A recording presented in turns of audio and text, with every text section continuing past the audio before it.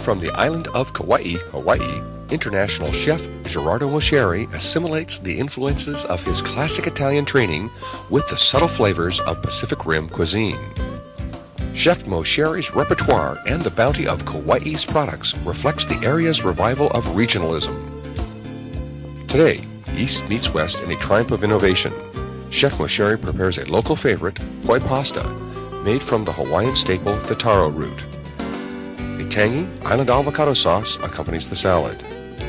The fresh fish of the day is squid, which Gerardo stuffs with Portuguese sweetbread and macadamia nuts. And, as you might expect, no authentic Italian chef would be happy without a creamy risotto on the menu. Today, Chef Gerardo offers his made with fresh Pacific tuna.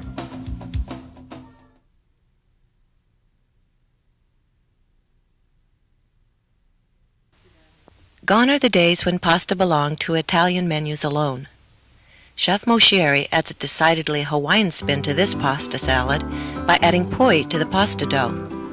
Poi is the paste made from boiling the taro root and then pounding it into a paste. Nowhere else in the world is taro cultivated so intensely as it is in Hawaii. While poi may not be available in your local supermarket, any colorful pasta will substitute. The avocado is one of Hawaii's most popular backyard fruits. Avocado trees in Hawaii bear fruits in a variety of colors, sizes, and flavors. Hawaiians refer to the tree as nature's pantry because the fruits hang for months and then ripen in just a few days following picking. This tangy sauce begins by pureeing avocado together with 1 cup of cream, the juice of 1 lemon, salt and pepper to taste.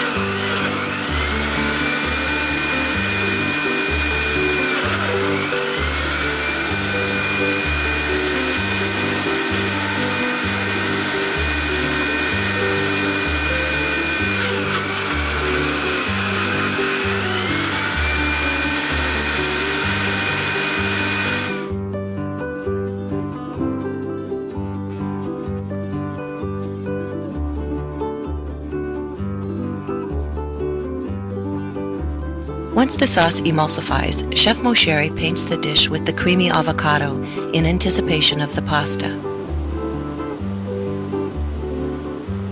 After boiling the pasta in salted water for 3 to 5 minutes, Chef Moceri mixes it with the juices from a tin of smoked baby clams, 1 tablespoon of balsamic vinegar, fresh basil, a large pinch of orange zest, and the smoked clams. Orange zest is the flavorful skin of the orange, and care should be taken to harvest only the skin and not the bitter white pith.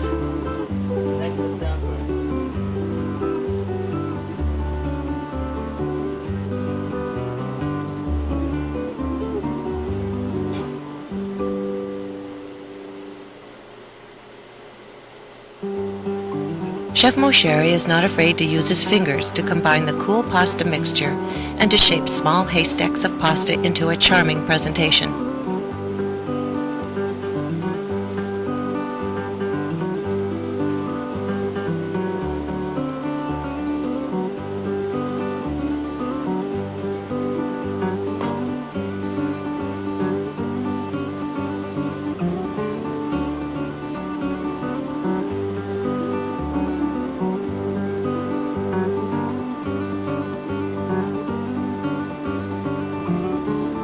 Here's a beautiful dish using local ingredients with a spectacular flavor.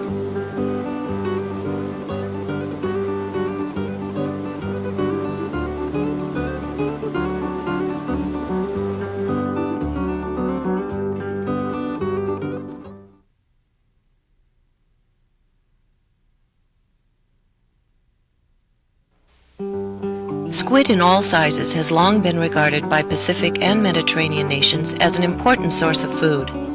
Today, Chef Moceri stuffs large squid or calamari with a delicious sweet and savory combination. He begins by processing some of the squid tentacles, basil, currants, macadamia nuts, and olive oil.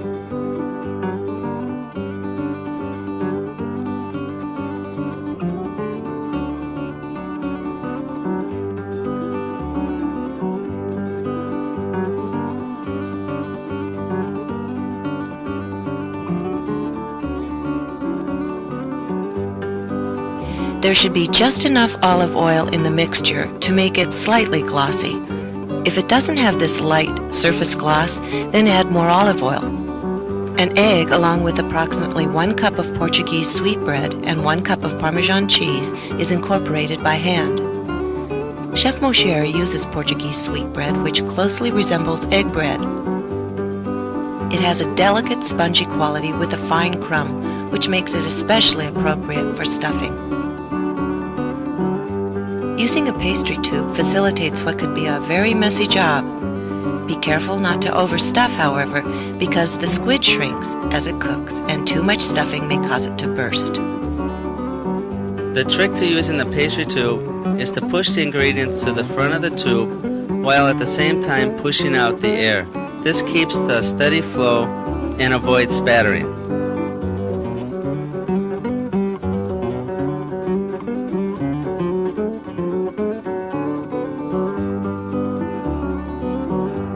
Secure each end with a toothpick, which is tougher than it looks because they're so slippery and plump.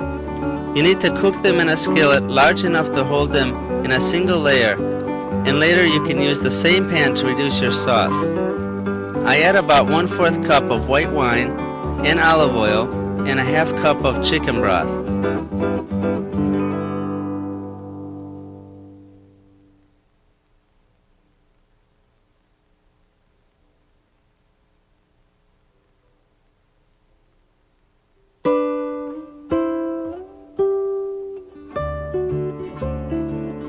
Cover tightly and bake at 300 degrees for 20 to 25 minutes or until the squid feels tender at the pricking of a fork.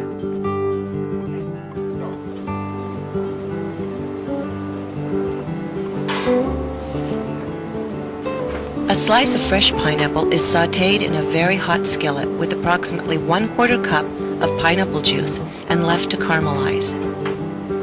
Make sure your pineapple is very ripe because the sugar content is important for the caramelization process. You can tell if your pineapple is ready by its strong, sweet fragrance, and the leaves can be easily pulled out of the crown. I make sure the griddle is very hot before I add the pineapple juice, and then I add the pineapple slice.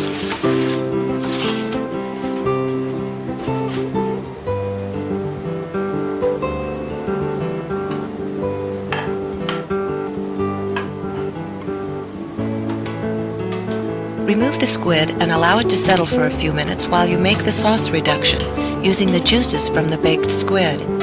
As the sauce is reducing, Chef Moceri adds balsamic vinegar to taste. Don't forget to remove the toothpicks from the squid bundles.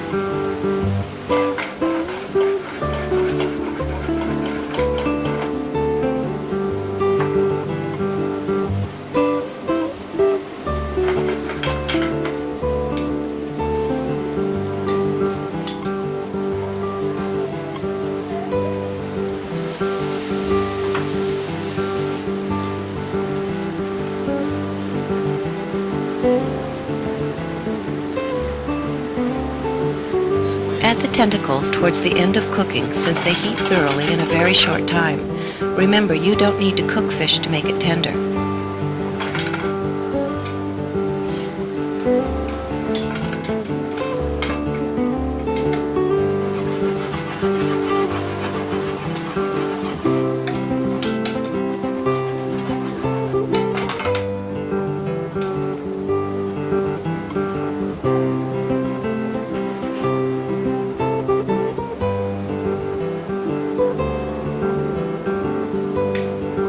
When the pineapple has sufficiently caramelized, the plate is ready for final presentation.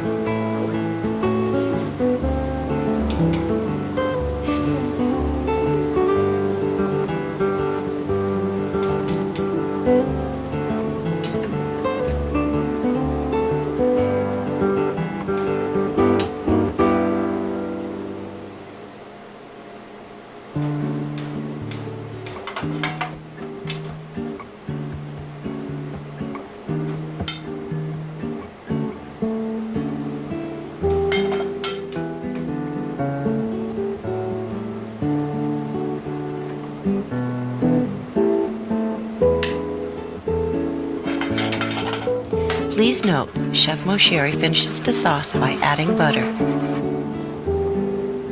It's no accident that fish-loving countries like Italy and Japan regard the squid as one of the ocean's most prized delectables.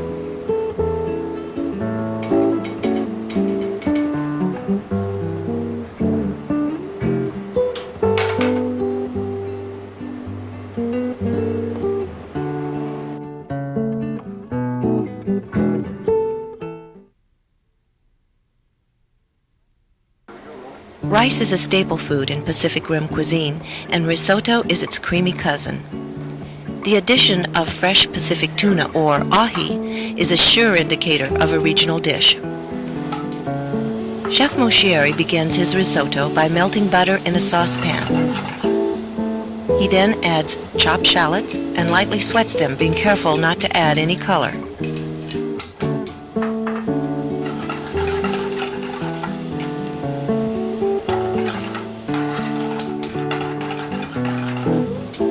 Next he adds arborio rice, which grows in the Po Valley, a region of northern Italy.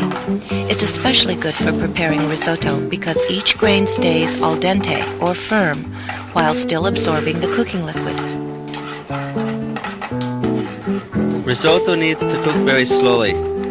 The idea is to add a little liquid at a time. This cooks the rice on the outside and allows a creamy union of tender yet firm grains to form. I like to add a combination of white wine and then vegetable stock, a half cup at a time. It is important to wait until the rice has absorbed all the liquid before adding more so that the rice does not become saturated.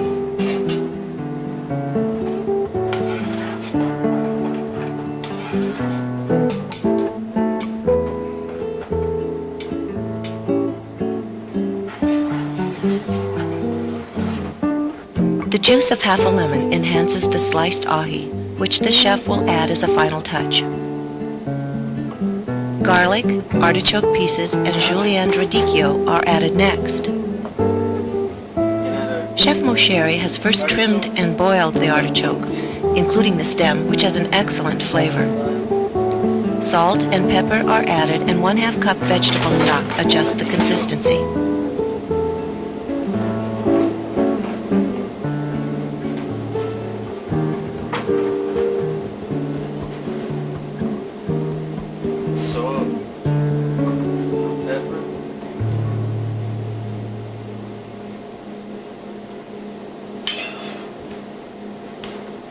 Can I always add the vegetable stock?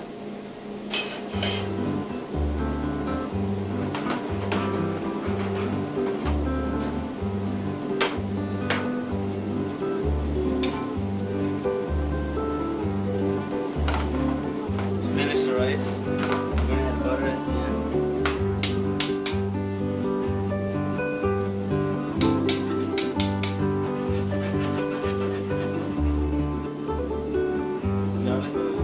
A grandiose finish to the rice is the addition of both butter and olive oil flavored with chopped garlic.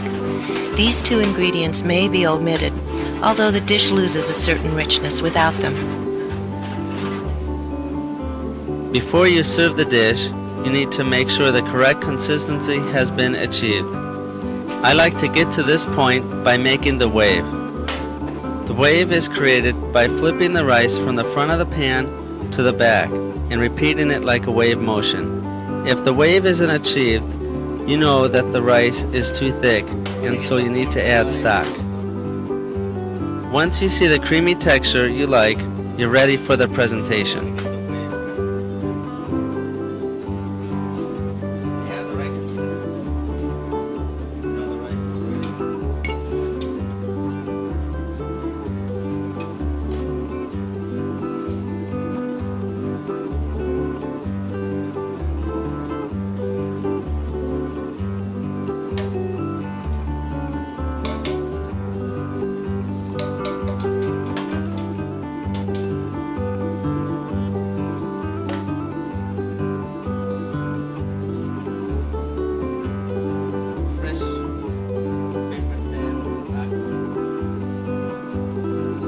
As a final flourish, thinly sliced ahi ceremoniously crowns the dish.